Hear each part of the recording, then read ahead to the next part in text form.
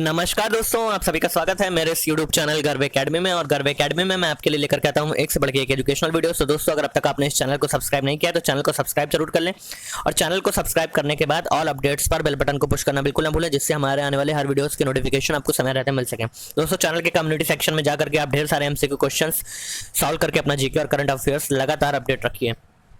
आज फिजिक्स यानी भौतिक विज्ञान के 100 मोस्ट इंपॉर्टेंट क्वेश्चंस, 100 सबसे महत्वपूर्ण प्रश्नों का ये वीडियो मैं आपके लिए लेकर के आया हूँ।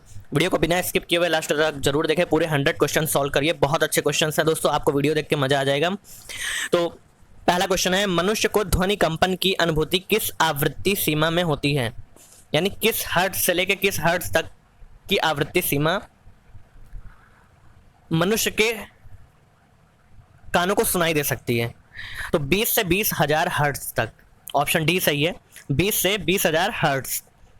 अगला प्रश्न, काले वस्त्रों के मुकाबले श्वेत वस्त्र शीतल क्यों होते हैं? तो काले वस्त्रों के मुकाबले श्वेत वस्त्र शीतल इसलिए होते हैं क्योंकि उनके पास जो भी प्रकाश पहुंचता है वो उसे परावर्तित कर देते हैं। काले वस्त्रों के मुकाबले श्वेत वस्त्र यानी सफेद वस्त्र शीतल होते हैं, ठंडे होते हैं। क्यों? क्योंकि उनके पास जो भी प्रकाश आता है वो उसे परावर्तित कर देते हैं। निम्नलिखित में से कौन सर्वोत्तम विद्युत चालक है? ए तांबा, बी लोहा, सी एल्यूमिनियम, डी चांदी। तो चांदी इनमें से सबसे ज्यादा सर्वोत्तम विद्युत चालक है। और चांदी क्योंकि बहुत महंगी धातु होती है, इसलिए चांदी का प्रयोग न करके तांबे का ज्यादा प्रयोग किया जाता है। परमाणु के नाभिक, तो परमाणु के नाभिक में क्या क्या होते हैं? हम सभी जानते हैं कि प्रोटॉन और न्यूट्रॉन। परमाणु का जो नाभिक होता है उसके अंदर प्रोटॉन और न्यूट्रॉन होते हैं, और उसके चारों ओर की जो कक्षाएं होती हैं उसमें इलेक्ट्रॉन चक्कर लगाते हैं। पायरोमीटर, अगला प्रश्न, पायरोमीटर किसके मापन में प्रयोग किया जाता है? तो पायरोमीटर से उच्च ताप का मापन करते हैं। बहुत ज़्यादा हाई टेम्परेचर होता है, उसका मेजरमेंट अगर हमें करना होता है तो हम पायरोमीटर से करते हैं। प्रकाश वर्ष किसका मात्रक है? तो प्रकाश वर्ष दूरी का मात्रक है। किसका मात्रक है? दूरी का मात्रक है। एक तालाब के तल पर रखा हुआ एक पत्थर उच्च बिंदु पर रखा हुआ प्रतीत होता है, वास्तव में किसके कारण? ए प्रकाश का परावर्तन, बी प्रकाश का विवर्तन, सी प्रकाश का बिखराव या प्रकाश का प्रकीर्णन, डी प्रकाश का अपवर्तन। तो एक तालाब के तल पर रखा हुआ एक पत्थर उच्च बिंदु पर रखा हुआ प्रतीत होता है, ऐसा प्रकाश के अपवर्तन के कारण होता है। अगला प्रश्न, प्रत्यावर्ती धारा को दिष्ट धारा में बदला जा सकता है किस यंत्र के द्वारा? प्रत्यावर्ती धारा यानी AC करंट, अल्टरनेटिव करंट, और उसे DC में यानी डायरेक्ट करंट में कैसे चेंज कर सकते हैं? तो किसके द्वारा? कौन सा ऐसा यंत्र है? रेक्टिफायर, उसे रेक्टिफायर बोलते हैं। रेक्टिफायर के द्वारा हम AC को DC में चेंज कर सकते हैं।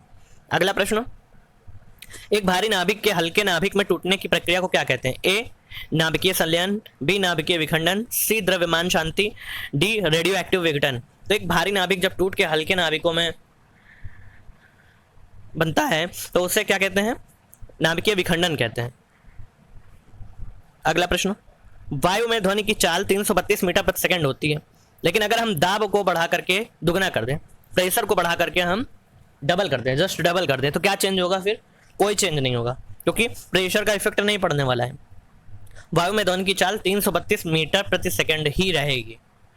अगला प्रश्न, क्रिकेट की गेंद को किस कोण से मारा जाना चाहिए?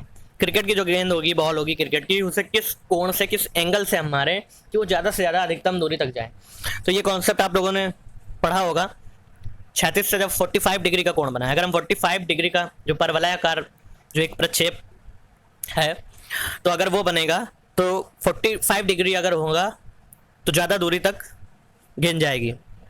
प्रकाश के चिकने पृष्ठ से टकराकर वापस लौटने की घटना को क्या कहते हैं?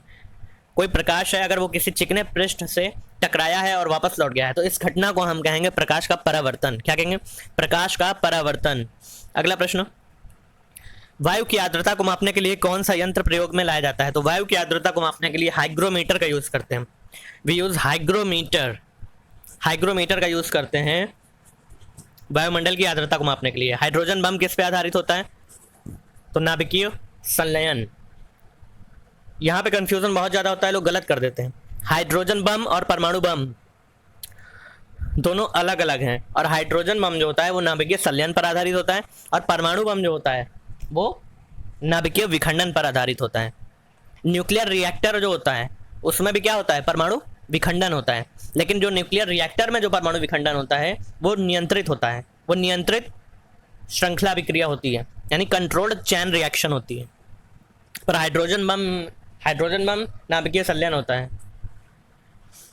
ध्वनि की तीव्रता मापने की इकाई डेसिबल। ध्वनि की तीव्रता मापने की इकाई डेसिबल।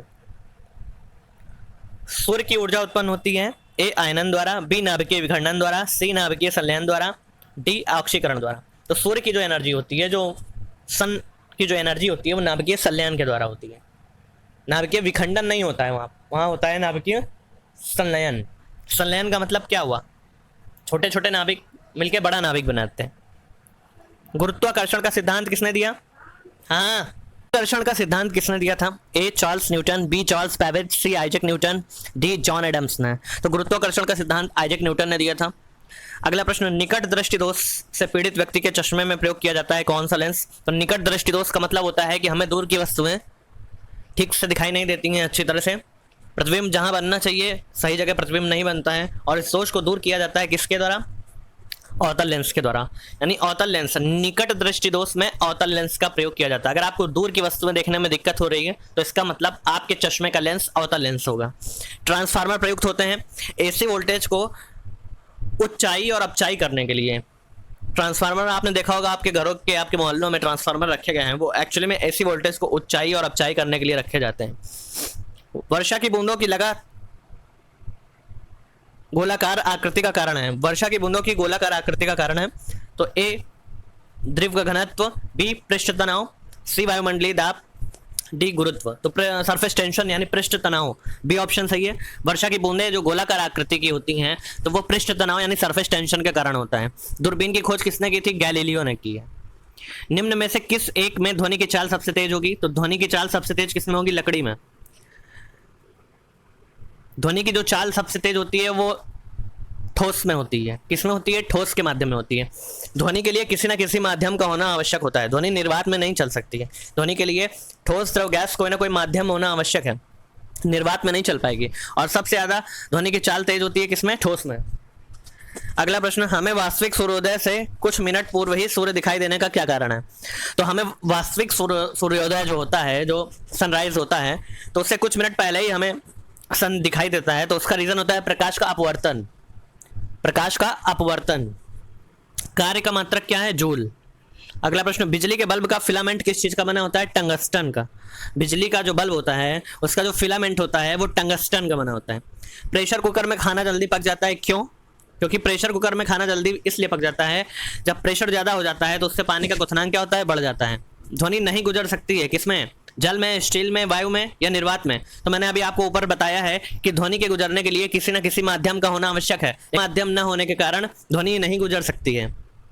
अगला प्रश्न, एक कटा हुआ हीरा क्यों जगमगाता है? तो एक कटा हुआ हीरा इसलिए जगमगाता है क्योंकि पूर्ण आंतरिक परावर्तन होता है उसमें। क्या होता है? पूर्ण आंतरिक परावर्तन।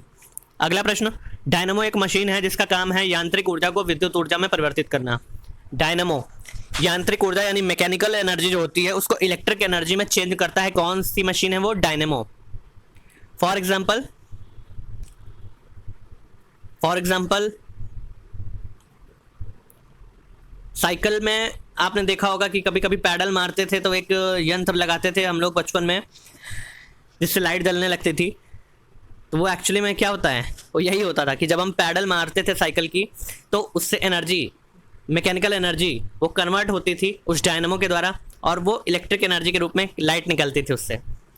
आप में से बहुत लोगों ने इस तरह यूज किया होगा, बचपन में साइकिल चलाई होगी तो उस तरह का यंत्र बहुत सारे लोगों ने प्रयोग किया था। इवन मैंने भी किया था अपनी साइकिल में। अगला प्रश्न, परमाणु में प्रोटॉन रहते हैं नाभिक के भीतर। न्यूक्लियस होता है, न्यूक्लियस के अंदर प्रोटॉन और न्यूट्रॉन होते हैं और बाहर इलेक्ट्रॉन नाभिक के चारों ओर कक्षाओं में चक्कर लगाते हैं। ध्वनि तरंगे सर्वाधिक तीव्र गति करती हैं किसमें? ठोसों में, द्रवों में, गैसों में, निर्वात में? ध्वनि तरंगे सर्वाधिक तीव्र गति करती हैं ठोसों में। ठोस में सबसे ज्यादा ध्वनि की गति होती है। ठंडी के दिनों में आप लोहे के गुटका और लकड़ी के गुटका, दो गुटके हैं, उनमें से आप अगर लोहे के गुटके को छुएंगे तो वो ज्यादा ठंडा लगता है। ऐसा किस लिए होता है? क्योंकि लकड़ी की तुलना में लोहा उष्मा का अच्छा चालक होता है और इसीलिए जब ठंडा भी होगा तो सबसे पहले लोहा ज्यादा ठंडा होता है क्योंकि लोहा उष्मा का अच्छा चालक है लकड़ी की तुलना में। फेदोमीटर का उपयोग क्यों करते हैं? तो फेदोमीटर का उपयोग करते हैं समुद्र की गहराई मापने में। ट्रांसफार्मर किससे काम करता है? ट्रांसफार्मर केवल एसी करंट, अल्टरनेटिव करंट, प्रत्यावर्ती धारा के लिए होता है। न्यूट्रॉन की खोज किसने की थी? तो जेम्स चैडविक ने न्यूट्रॉन की खोज की थी। नाभिकीय रिएक्टरों में ऊर्जा उत्पन्न होती है किसके द्वारा? तो ऊपर बताया गया है कि नियंत्रित विखंडन द्वारा। मैंने ऊपर भी रिपीट किया है, यहाँ पे फिर से बता दे रहा हूँ कि नाभिकीय रिएक्टर जो होते हैं उनमें कंट्रोल्ड चैन रिएक्शन होती है, कंट्रोल्ड चैन रिएक्शन होती है नाभिकीय रिएक्टरों में, जो नियंत्रित विखंडन होता है, परमाणु विखंडन होता है, और यह नियंत्रित होता है। मनुष्य के लिए मानक ध्वनि स्तर क्या है? तो मनुष्य के लिए मानक ध्वनि स्तर है 60 डेसिबल, यानी 60 डेसिबल। इलेक्ट्रिक करंट की यूनिट क्या होती है, यानी विद्युत धारा की इकाई क्या होती है? तो एम्पियर होती है। भिन्न भिन्न द्रव्यमान के दो पत्थरों को एक भवन से अगर शिखर से फेंकें तो दोनों पत्थर साथ में ही नीचे पहुंचते हैं। पानी में डुबोई हुई एक छड़ी किस संवृत्ति के कारण मुड़ी हुई प्रतीत होती है? तो प्रकाश का अपवर्तन। पानी में कोई छड़ डुबोई गई है तो वो मुड़ी हुई प्रतीत होती है, सीधे न प्रतीत होके, तो ऐसा प्रकाश के अपवर्तन के कारण होता है। निम्न में अस्थायी कण कौन से हैं? तो न्यूट्रॉन, प्रोटॉन, इलेक्ट्रॉन, अल्फा कण, ये सब स्थायी कण है, लेकिन न्यूट्रॉन अस्थायी कण है। न्यूट्रॉन में कोई आवेश नहीं होता है। डॉपलर प्रभाव से संबंधित क्या है? ध्वनि। डॉपलर प्रभाव ध्वनि से संबंधित है। एक दांत चिकित्सक एक रोगी के दांतों की जांच के लिए प्रयुक्त होने वाला दर्पण यूज करता है। उस दर्पण को क्या नाम देते हैं? कौन सा दर्पण यूज करता है? एक्चुअली में जो डेंटिस्ट होते हैं तो वो रोगी के दांतों की जो जांच करनी होती है तब वो अवतल दर्पण का प्रयोग करते हैं। किसका? अवतल दर्पण। निम्नलिखित में से कौन सी ऊष्मा की इकाई नहीं है? Calorie, kilo calorie, kilo joule, watt. तो ऊष्मा की इकाई वाट नहीं है। दूरदृष्टि निवारण में क्या काम में लेते हैं? तो निकट दृष्टि दोष की बात कर चुके हैं हम लोग। निकट दृष्टि दोष का मतलब होता है कि हमें दूर की चीजें नहीं दिख रही हैं, लेकिन दूर दृष्टि दोष का मतलब क्या होता है? ठीक उल्टा होता है। दूर दृष्टि दोष का मतलब कि हमें पास की वस्तुएं ठीक से नहीं दिख रही हैं, तब उस केस में हमारे चश्मे में कौन सा लेंस लगेगा? तो उस केस में हमारे चश्मे में उत्तल लेंस लगेगा। कौन सा लेंस लगेगा? उत्तल लेंस लगेगा। अगला प्रश्न, नाभिकीय रिएक्टर और परमाणु बम में क्या अंतर होता है? ऊपर इसको एक्सप्लेन किया है मैंने, फिर से रिपीट कर रहा हूँ। नाभिकीय रिएक्टर में जो चैन रिएक्शन होती है वो कंट्रोल्ड होती है, लेकिन परमाणु बम में जो रिएक्शन होती है वो कंट्रोल्ड नहीं होती है। भूकंप की तीव्रता का मापन रिएक्टर स्केल में करते हैं। 0 से 9 तक के इसमें पैमाने होते हैं, और उन पैमानों में जैसे जैसे आगे बढ़ते हैं तो एनर्जी बढ़ती चली जाती है। भूकंप की एनर्जी, एक्चुअली में स्केल का जो पैरामीटर है वो भूकंप की एनर्जी मापते हैं, तो उस एनर्जी से भूकंप की तीव्रता का अंदाजा लेते हैं। खाना पकाने के बर्तनों के नीचे का बाहरी हिस्सा काला क्यों छोड़ दिया जाता है? तो काली सतह ऊष्मा की अच्छी अवशोषक होती है, इसलिए खाना पकाने वाले बर्तनों के नीचे की बाहरी जो हिस्सा होता है उसे काला छोड़ दिया जाता है। किसके कारण आकाश नीला दिखाई देता है? तो प्रकीर्णन के कारण आकाश नीला दिखाई देता है। वायु शक्ति, विंड पावर में ऊर्जा का कौन सा रूप विद्युत ऊर्जा में परिवर्तित होता है? तो गतिज ऊर्जा। विंड पावर एनर्जी जो होती है उसमें गतिज ऊर्जा को विद्युत ऊर्जा में परिवर्तित किया जाता है। तो दोस्तों ये हमारे भौतिक विज्ञान के 50 क्वेश्चंस हैं। बाकी के 50 क्वेश्चंस के लिए अगला वीडियो अपलोड किया जाएगा कल। तो आज के इन प्रश्नों के साथ साथ कल का वीडियो भी जरूर देखिएगा। और अगर आपको वीडियो अच्छा लगता है, आपको चैनल अच्छा लगता है, तो चैनल को सब्सक्राइब करिए, वीडियो को लाइक शेयर करिए और हमारे साथ जुड़े रहिए। धन्यवाद।